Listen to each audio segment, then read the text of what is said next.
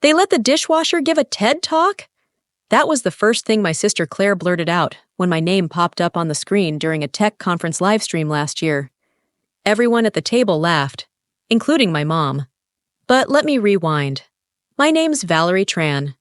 I'm 29 years old, Vietnamese American, born and raised in Chicago. I used to work as a product manager at a mid-sized travel tech company. It wasn't glamorous, but it paid well, and I was good at it. Until the pandemic hit. Like thousands of others, I got laid off. And just like that, the career I'd spent nearly a decade building was gone. While I was trying to figure out what came next, my brother Richard, CEO of a luxury vacation real estate firm, invited me to help out at his company for the time being. What that actually meant was answering phones, logging bookings, and yes, washing dishes in the guesthouse kitchens when staff was short. He'd smile and say, "It builds character, Val." But behind closed doors, I heard him say it more like a joke. "She's just helping out. Keeping busy, until she figures something out." Then there was Claire, my sister, Ivy League grad, director of digital strategy at a massive hotel chain. Always polished, always condescending. If I said I was working on something, she'd roll her eyes and say, "Another little app idea?" But I was working on something real. While I scrubbed pans and answered angry calls from guests whose ocean view was blocked by scaffolding, I saw a bigger problem. Independent hotels and homestays were bleeding out. Airbnb, Booking.com, even Richard's clients. They were killing small operators with fees, restrictions, and zero tech support. So I started building. I called it Stay Nest, a full-suite management platform for independent hosts. Booking tools, smart pricing, multi-platform syncing, marketing assistance, everything local hosts needed to survive. I spent 6 months living off unemployment, burning through my savings, and coding from a second-hand laptop in my studio apartment. My only help came from Diego, a back-end genius I met in college who believed in the idea even when I had nothing to offer him but ramen and Red Bulls. And then came that dinner. It was my mom's birthday. Everyone was there. Richard, Claire, their spouses, my cousins, even my high school piano teacher for some reason. I figured it was the right moment to finally share what I'd been building. I stood up, heart pounding, and said, "I've launched something called Stay Nest. It helps small hosts compete with corporate platforms." Richard didn't even look up from his wine glass. "Oh, cool. Like a janky version of Airbnb?" Claire didn't miss a beat.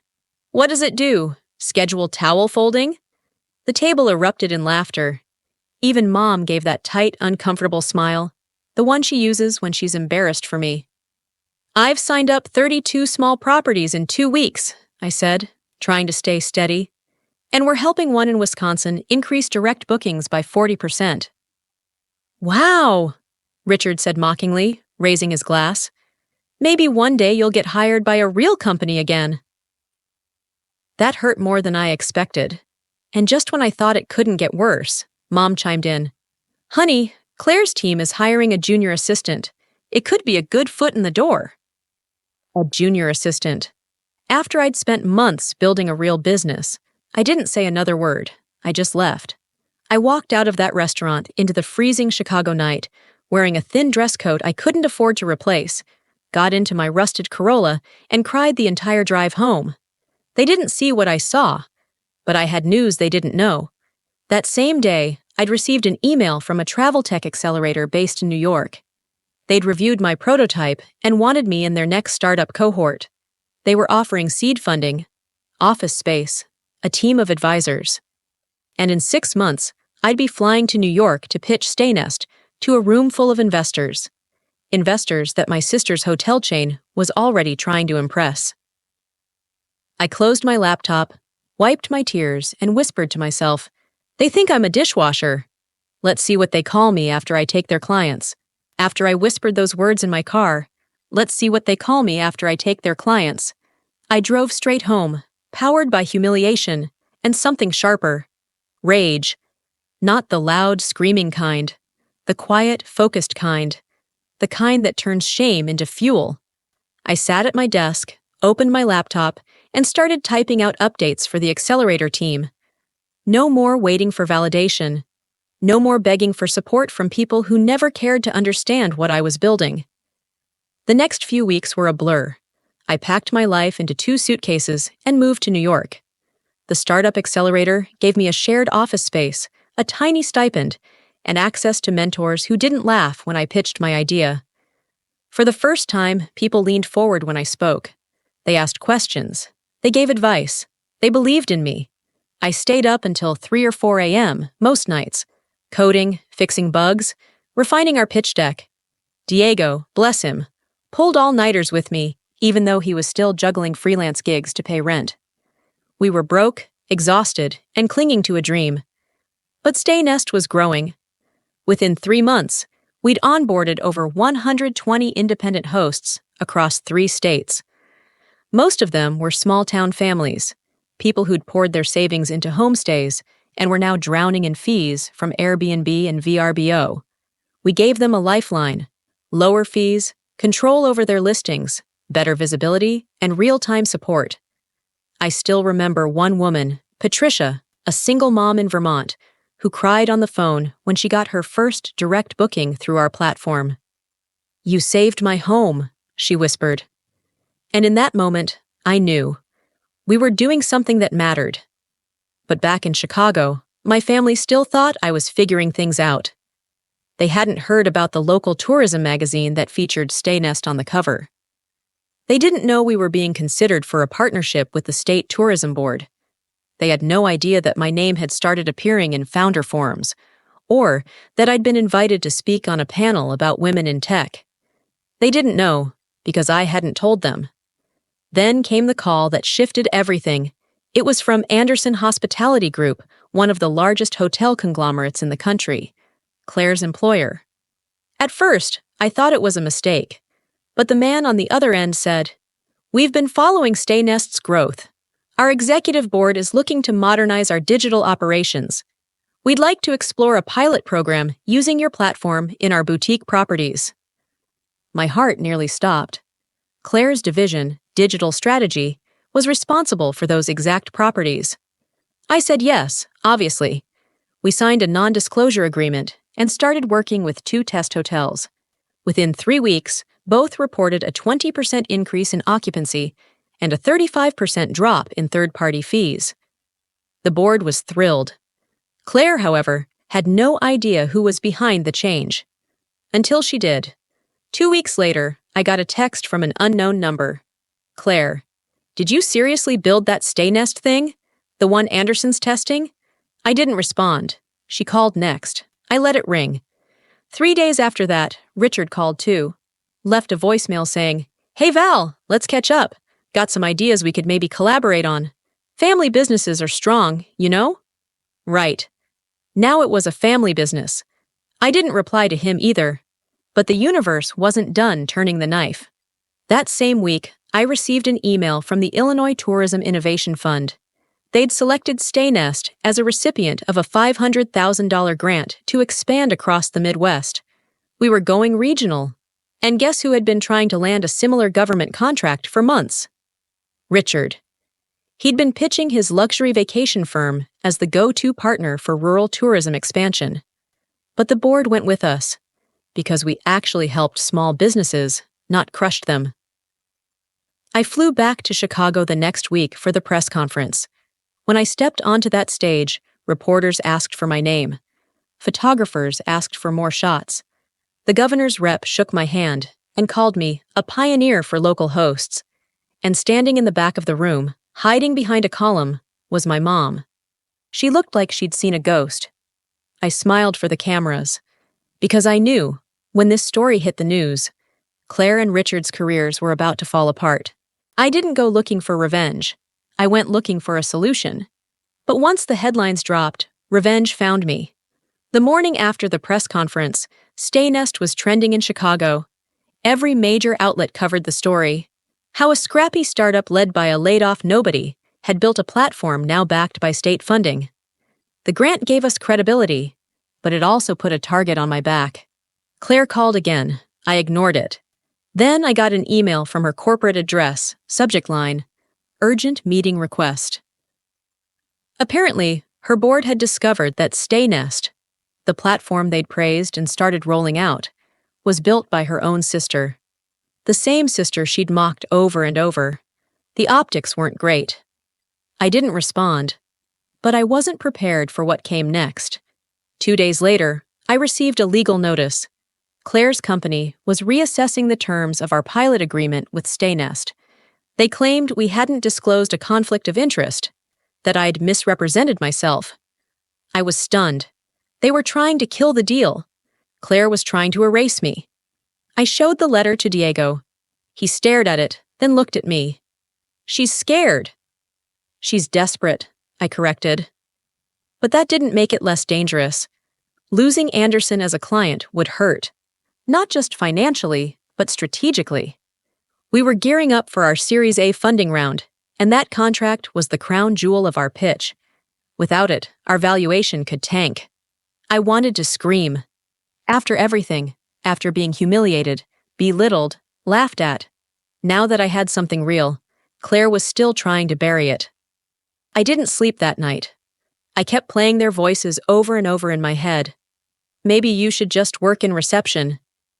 "Is this about your little app?" "You know she still lives in a studio, right?" But as the sun rose, a different thought broke through the noise. I didn't get this far to play nice. I called our lawyer. "They want a war. Let's give them one." We went public. Fast. The next morning, I posted a thread on LinkedIn. Nothing aggressive, just the truth. I shared the story of how StayNest began. The pandemic layoffs, the struggle to build something from nothing, the hosts we'd helped. And I ended with this. Sometimes the people closest to you don't believe in your vision until it threatens theirs. The post exploded. Thousands of likes, hundreds of comments, other founders, small business owners, people who'd been dismissed or undermined. Everyone rallied behind it. 2 hours later, Claire's firm was forced to release a statement clarifying that the StayNest pilot would continue pending further review. Translation? Their PR team was scrambling, but the tension wasn't over. That evening, I got a call from a blocked number. I picked up. "Valerie Tran speaking." Silence.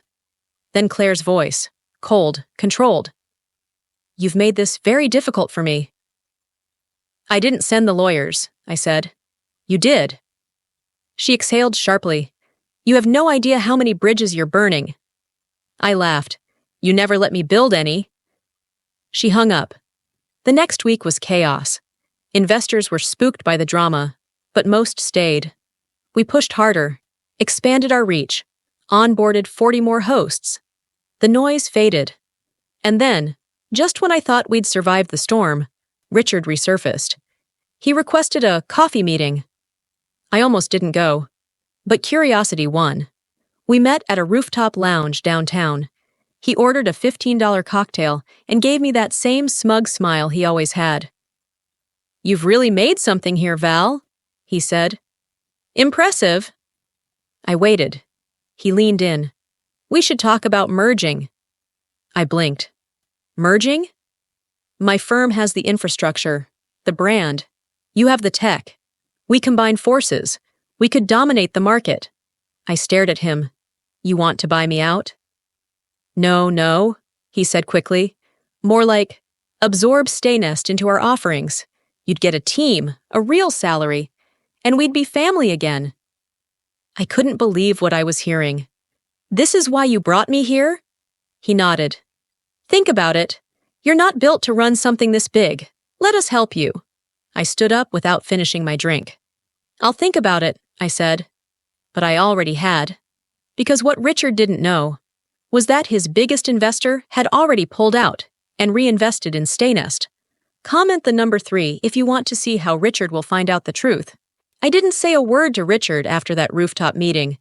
I just smiled, shook his hand, and walked away. But inside, I was boiling. He really thought he could absorb StayNest like we were some cute side project. He offered me a salary, after mocking me, underestimating me, and watching me scrape by for years. He still didn't get it. This wasn't a hobby. This wasn't luck. This was war. And I had already won the first few battles. The investor who left Richard's firm? That wasn't a coincidence. It was intentional. His name was Howard Grant, and 6 months earlier, I'd pitched him Staynest when he was still with Richard's portfolio. He passed back then, but after our expansion and media buzz, he reached out. Not only did he join our Series A round, he told me he was withdrawing all funds from Richard's firm to avoid a conflict of interest. I didn't ask him to, but I didn't stop him either, and the dominoes kept falling.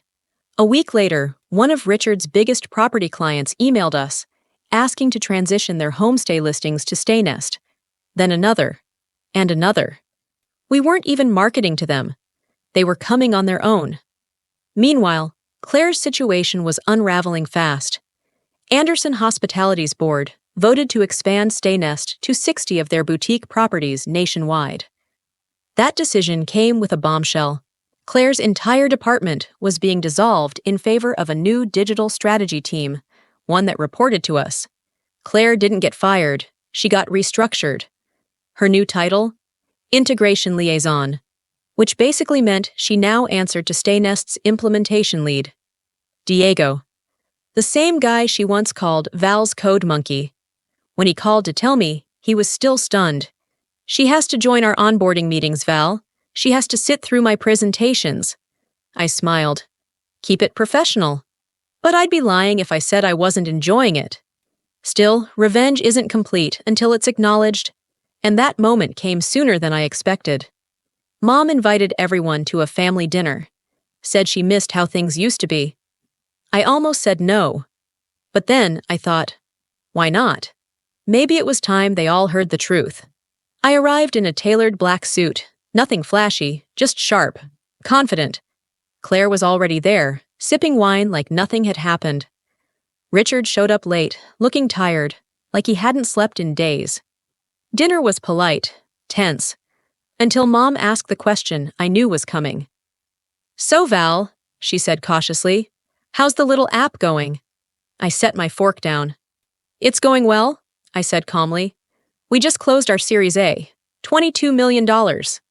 Claire choked on her drink. Richard froze. "Wait," Mom said. "22 million?" I nodded. "Valuation is sitting around $110 million, but that's before the new government contract. That might push us higher." Richard tried to recover. "That's impressive." I turned to him. "Funny. I remember you offering me a salary and a place on your real team just 2 weeks ago." He didn't respond. Then I looked at Claire. "How's integration going?"